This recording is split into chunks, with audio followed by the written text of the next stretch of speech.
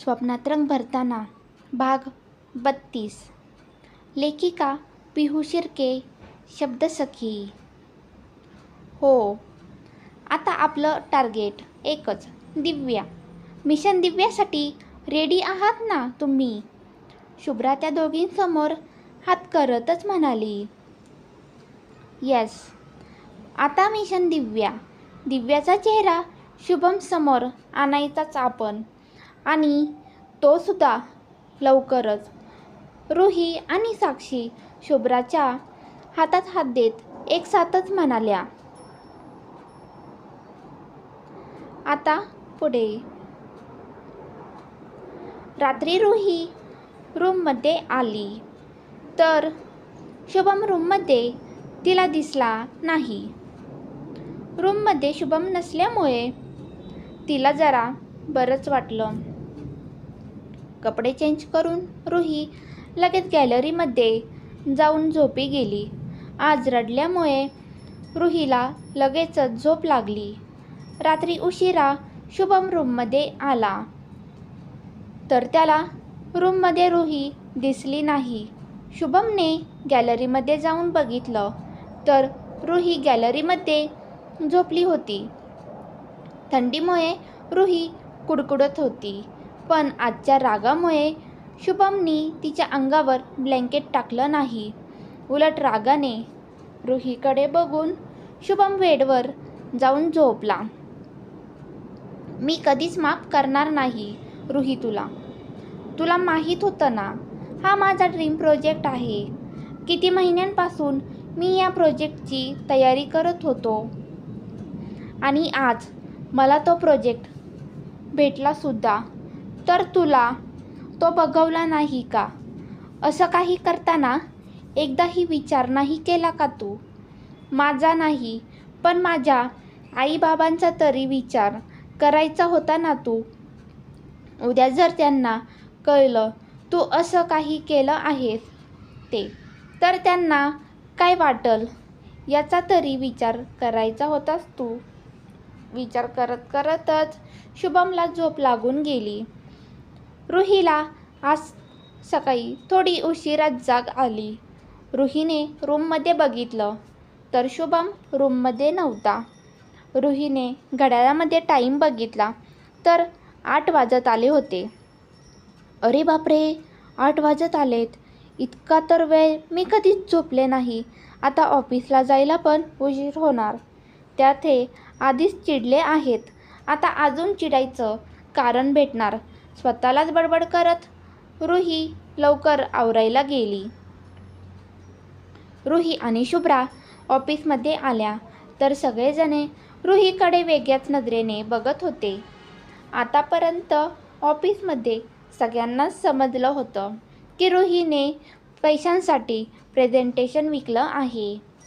सगळ्यांच्या अशा नजरा बघून रुहीला खूप वाईट वाटत होतं.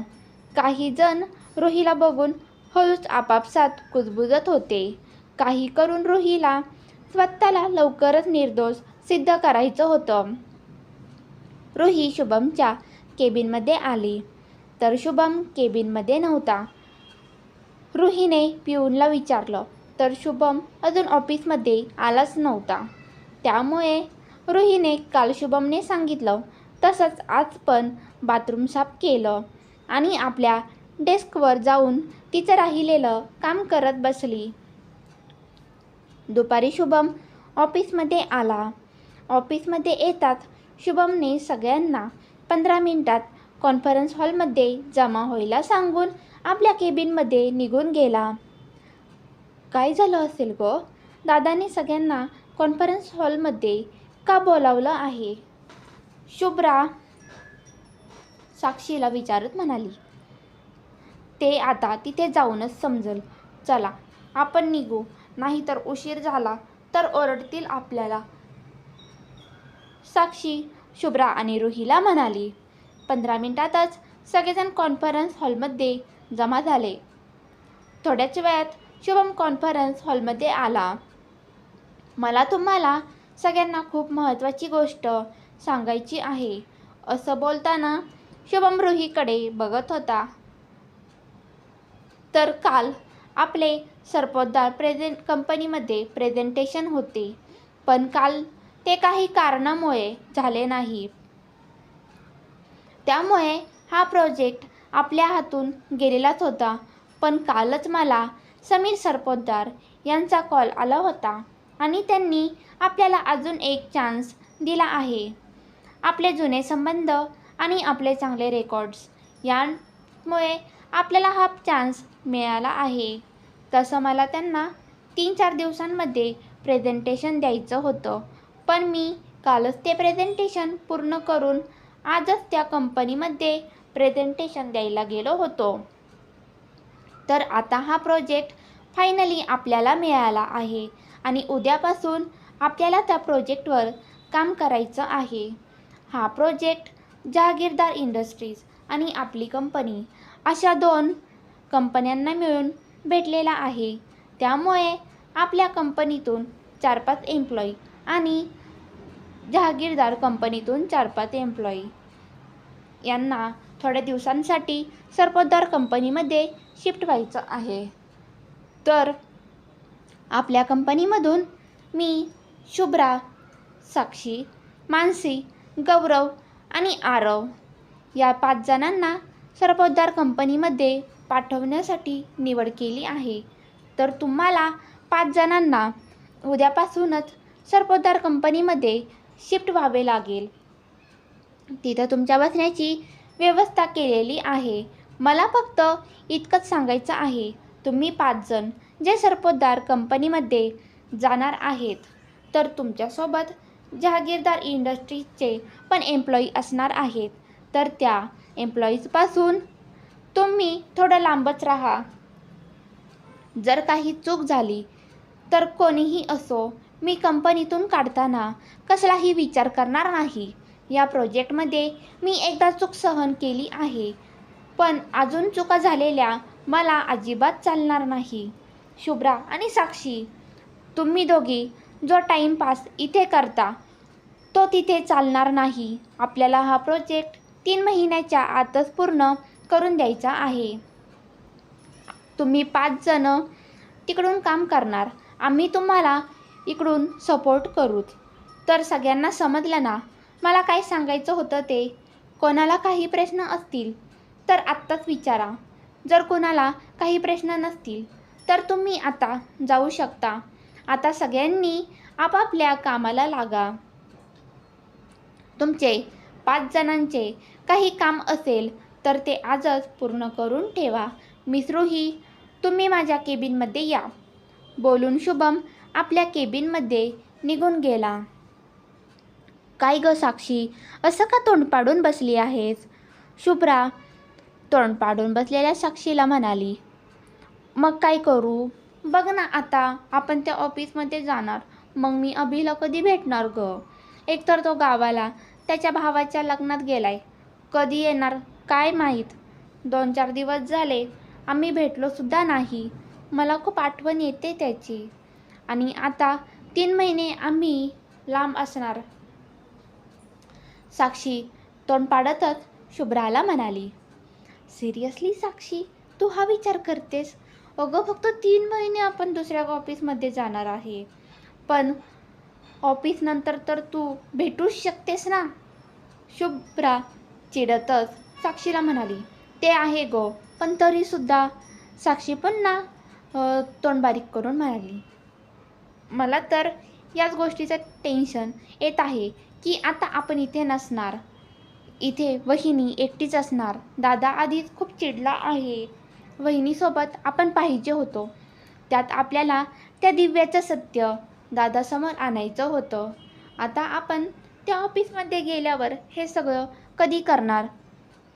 शुभ्रा विचार करतच रुहीला म्हणाली. हो, आता आपल्याला दुसरा काहीतरी प्लॅन करावा लागणार आहे. तुझ्या दादाने तर आपल्या तिघींची जोडीच तोडून टाकली. साक्षीसुद्धा विचार करत म्हणाली. हो ना, वहिनी पण आपल्यासोबत तिकडे पाहिजे होती. एकतर आता तिची मनस्थिती नीट नाही आहे, त्यात आपण तिच्यासोबत नाही. सगळं उलटच झालं इथे. शुभ्रा म्हणाली. May I come in sir? Ruhi come Shubham, तुला काल सांगितलेलं काम आठवत आहे ना? शुभम रुहीला म्हणाला. हो सर, बाथरूम कधीच साफ करून झालेले आहेत. रुही शुभमला म्हणाली. आणि हा समोरचा रॅक? शुभम रुहीला म्हणाला. तो कालच साफ करून ठेवला होता सर मी. रुही म्हणाली. काल केला असेल तरी आज परत करायचा. 10 मिनिटाच्या आत रॅक साफ झाला पाहिजे. रॅक साफ झाला ना की माझी केबिन पूर्णपणे पुसून घ्यायची. शुभम रुहीला म्हणाला. ठीक आहे सर, रुही म्हणाली. शुभम रुहीकडे काम करताना एकटक बघत होता. शुभमचं मनात एक आणि ओठांवर एक असं झालं होतं. मनात असतानाही शुभम रुहीवर विश्वास ठेवू शकत नव्हता. शुभमच्या डोक्यात सतत रोहनने घेतलेलं रुहीचं नाव हेच आठवत होतं. इतक्यात रुहीचा धक्का लागून तिथं टीपॉयवर असणाऱ्या काचेचा ग्लास खाली पडला आणि त्या आवाजामुळे शुभमची तंद्री तुटली. शुभमने आवाज आला त्या दिशेला बघितलं तर रुही खाली पडलेल्या काचा गोळा करत होती. शुभम हळूच रुहीच्या दिशेने आला. शुभम एकटक रुहीकडे बघत होता. रुही मात्र घाबरून शुभमकडे डोळ्यात पाणी आणून बघत होती. शुभम हळूहळू रुहीजवळ आला आणि रुही ज्या हाताने काच गोळा करत होती त्या हातावर शुभमने पाय ठेवला. अनपेक्षित झालेल्या हल्ल्याने रुही मात्र फारच घाबरली. हातात घुसलेली काच मात्र तिला खूपच वेदना देत होती. त्रास होत आहे ना रुही? असाच, किंबहुना यापेक्षा जास्त त्रास मला झाला आहे. त्याच्यासमोर हा तुझा त्रास काहीच नाही. परत माझ्या वाटेला जायच्या आधी हे लक्षात राहू दे. बोलून शुभम केबिन बाहेर निघून गेला. रुही मात्र आपला हात पकडून तिथेच रडत बसली. क्रमशः मिशन दिव्या सुरू झालंय. शुभ्रा, साक्षी आणि रुही आता सत्य उघड करण्यासाठी सज्ज आहेत. पण दुसरीकडे शुभमचा राग भडकतोय. रुहीवरचा अन्याय, ऑफिसमधल्या कुजबुजा आणि शुभमचा सूड या सगळ्यात पुढे काय घडणार? भावनांचा संग्राम आणि नात्यांची कसोटी हा थरारक भाग चुकवू नका. पुढचा ट्विस्ट जाणून घेण्यासाठी नेक्स्ट पार्ट नक्की पहा. स्टोरी आवडली असल्यास लाईक, शेअर आणि सबस्क्राईब करा. धन्यवाद.